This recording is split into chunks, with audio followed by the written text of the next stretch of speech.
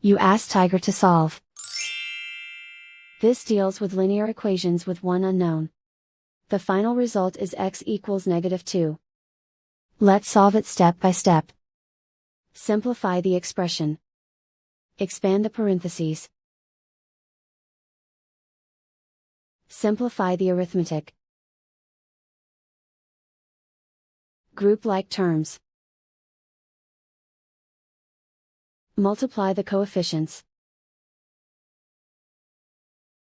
Group all constants on the right side of the equation. Subtract 6 from both sides. Group like terms. Simplify the arithmetic.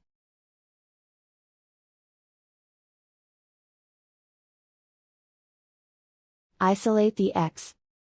Divide both sides by -3. Cancel out the negatives.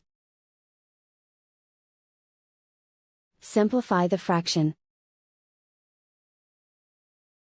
Move the negative sign from the denominator to the numerator. Find the greatest common factor of the numerator and denominator. Factor out and cancel the greatest common factor. And so the final result is x equals -2.